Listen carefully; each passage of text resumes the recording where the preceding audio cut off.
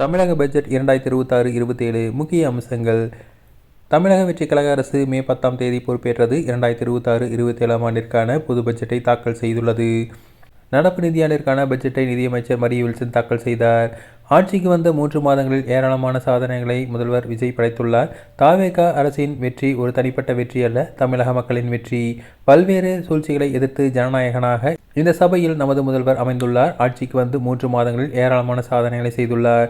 நெஞ்சில் குடியிருக்கும் தமிழ் மக்களுக்கு பல்வேறு திட்டங்களை செயல்படுத்தி வருகிறார் என தெரிவித்துள்ளார். மேலும் மதுபான உற்பத்தி ஆலைகளுக்கான சிறப்பு கட்டணம் மூலம் அரசுக்கு கூடுதலாக 1000 கோடி ரூபாய் வருவாய் கிடைக்கும் என எதிர்பார்க்கப்படுகிறது. அரசின் பல்வேறு நடவடிக்கைகள் மூலம் அரசுக்கு 15,000 கோடி கூடுதலாக கிடைக்கும் என எதிர்பார்க்கப்படுகிறது. மாநிலத்தின் வருவாயை அதிகரிக்க வருவாய் மேம்பாட்டு குழுவை விரைவில் அரசு அமைக்க உள்ளது என தெரிவித்துள்ளார்.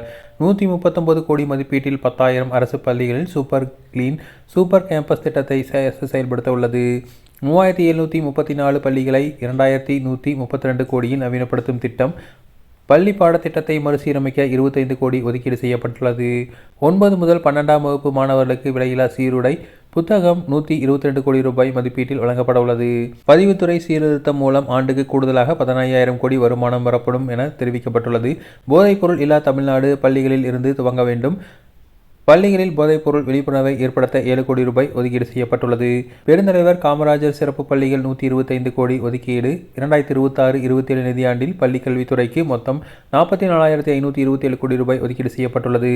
38 மாவட்டங்களில் சென்ட்ரல் லைப்ரரி வசதிகள் 10 கோடி ரூபாய் ஒதுக்கீடு செய்யப்பட்டுள்ளது.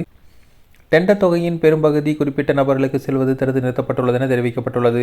12ஆம் வகுப்பு மதிப்பின் அடிப்படையில் மருத்துவ படிப்புகள்.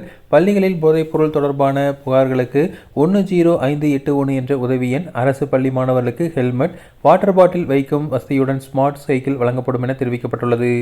மீனவர்களுக்கான மீன்பிடி உதவித்தொகை 6,000 7,000 உயர்த்தப்படும். 5 லட்சம் மாணவர்களுக்கு ஸ்மார்ட் சைக்கிள் திட்டத்திற்கு 277 கோடி ரூபாய் ஒதுக்கீடு செய்யப்பட்டுள்ளது. கல்லூரி மாணவர்களுக்கு வெற்றி மடிக்கணினி திட்டத்தின் கீழ் 2,000 கோடி ரூபாய் ஒதுக்கீடு செய்யப்பட்டுள்ளது. 1 லட்சம் படுக்கை வசதிகளுடன் கூடிய ஒருங்கிணைந்த மாணவர் விடுதிகள். அரசு மற்றும் அரசு உதவி பெறும் பள்ளிகளில் 11ஆம் வகுப்பு பயிலும் மாணவர்களுக்கு 277 கோடி ரூபாயில் நவீன சைக்கிள் வழங்கப்படும். மதுரையில் 300 மாணவர்கள் படிக்கும் வகையில் சிறப்பு சட்டக் கல்லூரி அமைக்கப்படும் என தெரிவிக்கப்பட்டுள்ளது. தமிழக அரசு பட்ஜெட்டில் உயர்கல்வித்துறைக்கு 8,393 கோடி ரூபாய் ஒதுக்கீடு செய்யப்பட்டுள்ளது. மின்சார வாகனங்கள் மின்கலன் பராமரிப்பு பயிற்சி 22,500 பேர் பயன்பெறும் வகையில் 3 கோடி ரூபாய் ஒதுக்கீடு செய்யப்பட்டுள்ளது. 12,500 மெக்கானிகளுக்கு மின் வாகன மெக்கானிக் பயிற்சி 3 கோடி ரூபாய் ஒதுக்கீடு செய்யப்பட்டுள்ளது. தமிழக அரசின் சார்பில் செயற்கை நுண்ணறிவு பாடத்திட்டம் வடிவமைக்கப்படும். மேலும் 5 லட்சம் இளைஞர்களுக்கு செயற்கை நுண்ணறிவு பயிற்சி அளிக்கப்படும் என தெரிவிக்கப்பட்டுள்ளது. IIT உள்ளிட்ட அமைப்புகள் உதவியுடன் 2031க்குள் 5 லட்சம் மாணவர்களுக்கு AI பயிற்சி வழங்கப்படும். ரோபோட்டிக்ஸ் கல்வி 6ஆம் வகுப்பு முதல் மாணவர்களுக்கு AI பாடத்திட்டம் வழங்கப்படும்.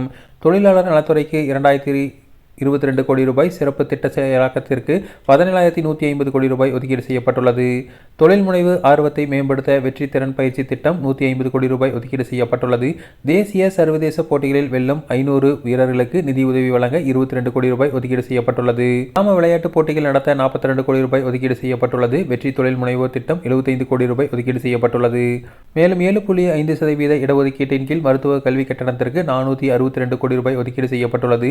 ஹஜ் மானியம் 25,000 30,000 உயர்வு. சமூக நீதித்துறை 3,937 கோடி ரூபாய் ஒதுக்கீடு செய்யப்பட்டுள்ளது.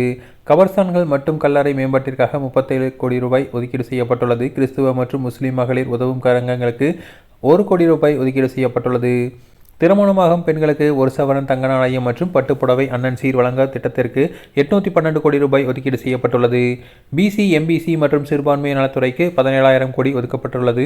மாற்றுத்திறனாளிகள் நலத்துறைக்கு 1,458 கோடி ரூபாய் ஒதுக்கீடு செய்யப்பட்டுள்ளது. மூத்த குடிமக்களுக்கு முதற்கட்டமாக 5 மாவட்டங்களில் பொழுதுபோக்கு மையம் அமைக்கப்படும். 500 அங்கன்வாடிகளுக்கு புதிய கட்டிடங்கள் அமைக்கப்படும் என தெரிவிக்கப்பட்டுள்ளது.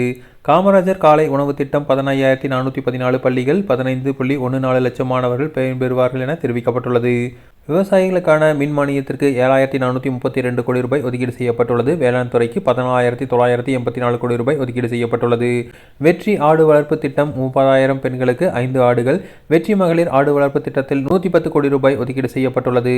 தரமான தீவன திட்டத்தில் 6.7 கோடி ஒதுக்கீடு. காவிரி டெல்டா குறுவை சாகுபடி தொகுப்புக்கு 134 கோடி ரூபாய் ஒதுக்கீடு செய்யப்பட்டுள்ளது.